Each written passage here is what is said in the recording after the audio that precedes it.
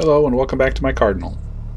I thought it was a nice day to do a little flying, and unfortunately I couldn't come up with the audio cable at the last minute, so we're going to do this one by narration if you don't mind. I'll also be doing quite a bit of fast forwarding here just so you don't have to watch me taxi for too long. We've had quite a stretch of cold weather and snowy weather. At one point I think there were 31 inches of snow on the ground. It's cooked down a lot since then. The sun's been out quite a bit for several days, and it's probably half as high as it was. But there's still a lot of snow on the inside of the taxiway there. And that's the big concern when flying from an airport like this. They don't really push the snow back, and there's no reason for us to push the snow back too far from the taxiways and the runway.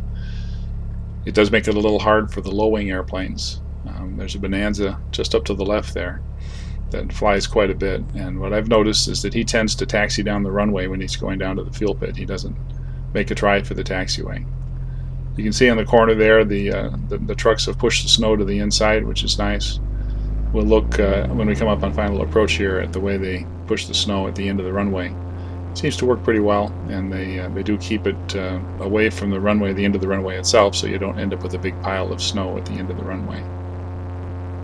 One of the challenges of flying on a day like this and at a time like this is that west takeoff puts the sun right in your eyes. Of course, as the seasons go on, that will come right down the end of the runway. As it is now, it's still a little bit south of the runway, and that makes it a little bit easier. At least you can see the center line without having to stare right into that ball of fire. There are certainly times of the day when it's just not a good time to be landing to the straight west like that. Although with a good pair of sunglasses, you can usually just squint properly.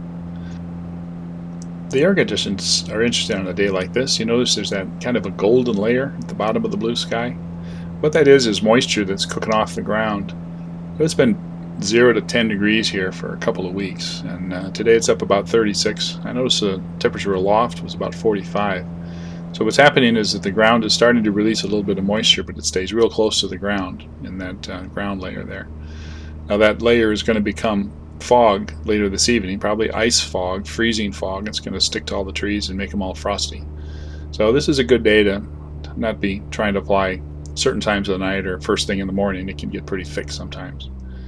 So face it east now, we can start to see the sunset rising in the east sky, the reflection from the sunset. Nice moon out there today. And we bend around to a left base into our 27 landing. Of course, landing is when this starts to get a little bit more interesting, to have snowbanks along both sides of the runway. So it's a 40-foot wide runway, and the snow's pretty much at the edge. But that should be enough. Let's see, 36-foot wingspan, and my wingtips are going to go over the snowbanks anyway. The low wings might think about that a little bit more. As I mentioned, they did a nice job of keeping the snow off of the end of the runway, but it's still there sort of subconsciously. Feels a little bit like a carrier landing as you come down here, and it's pretty hard not to land a little long, or certainly make sure not to land a little short. You won't have any trouble remembering that there's snow along the runway. Right in this area, you start to feel it.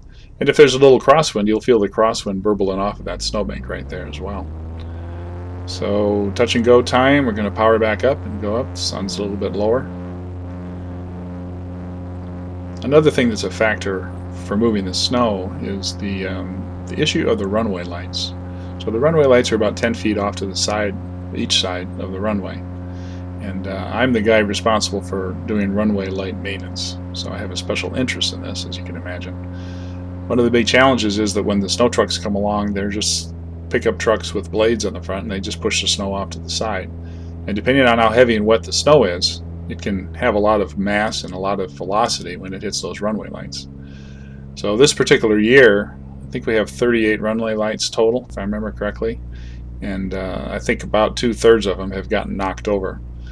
The runway lights at the end are still fine because they don't hit those at speed. And I've been out there, took a snowmobile out with a shovel, and they shoveled the runway lights so that you could see them, kind of a notch through the snow so that you can see the runway lights. But the ones in the middle are not doing too well, probably about a quarter of them, maybe less. Maybe there's 5 of them that are still glowing. We still have our VASIs, and so it does cut down on nighttime flying a little bit. See, that's the landing that I was going for the first time. There are a few things to think about when flying in a place like this at a time like this. One of them is the surface condition. The runway and the taxiways are black asphalt, so they absorb a lot of solar energy, and they warm up pretty well. So even on the days when it's 10 degrees or 15 degrees, those surfaces are doing their sublimation thing, where the ice will just go directly to vapor, just because it gets a little bit warmer.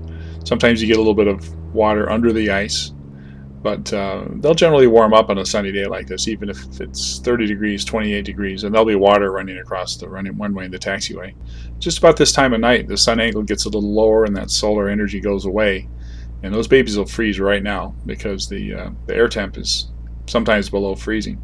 And then you get that glare ice. They talk about black ice. I suppose it's all black from this perspective.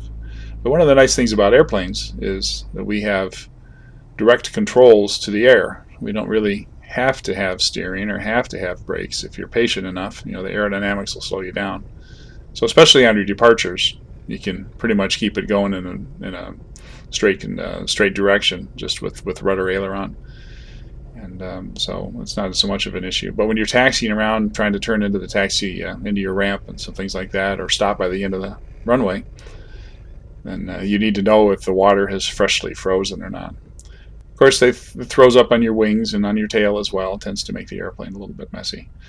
As we turn to the right here, there's a little bit of a swale where the water is going to go through. Later, that'll be a river right there, and you'll be taxiing through 4, 6, or more inches of water. And of course, as this snow melts, it'll be running across. It'll make a lake. So you'll want to taxi slow. In fact, just after I parked the airplane, this little brown hanger up ahead here, the guy who owns that one came home in his very light, very small low-wing airplane. And he taxied very, very slowly down this same stretch here, thinking about his wing clearance. I've been clearing off his ramp there, so he had a place to park. So there's a few thoughts. Now I'm going to park out in front here just because I don't want to taxi up between the snowbanks. I'll come down with my powered tow bar and I'll back it up the hill here. But it's a good time to fly. It's wonderful weather, nice smooth air, and even in the wintertime at these small airports, we can keep them flying. And we do. Thanks for coming along.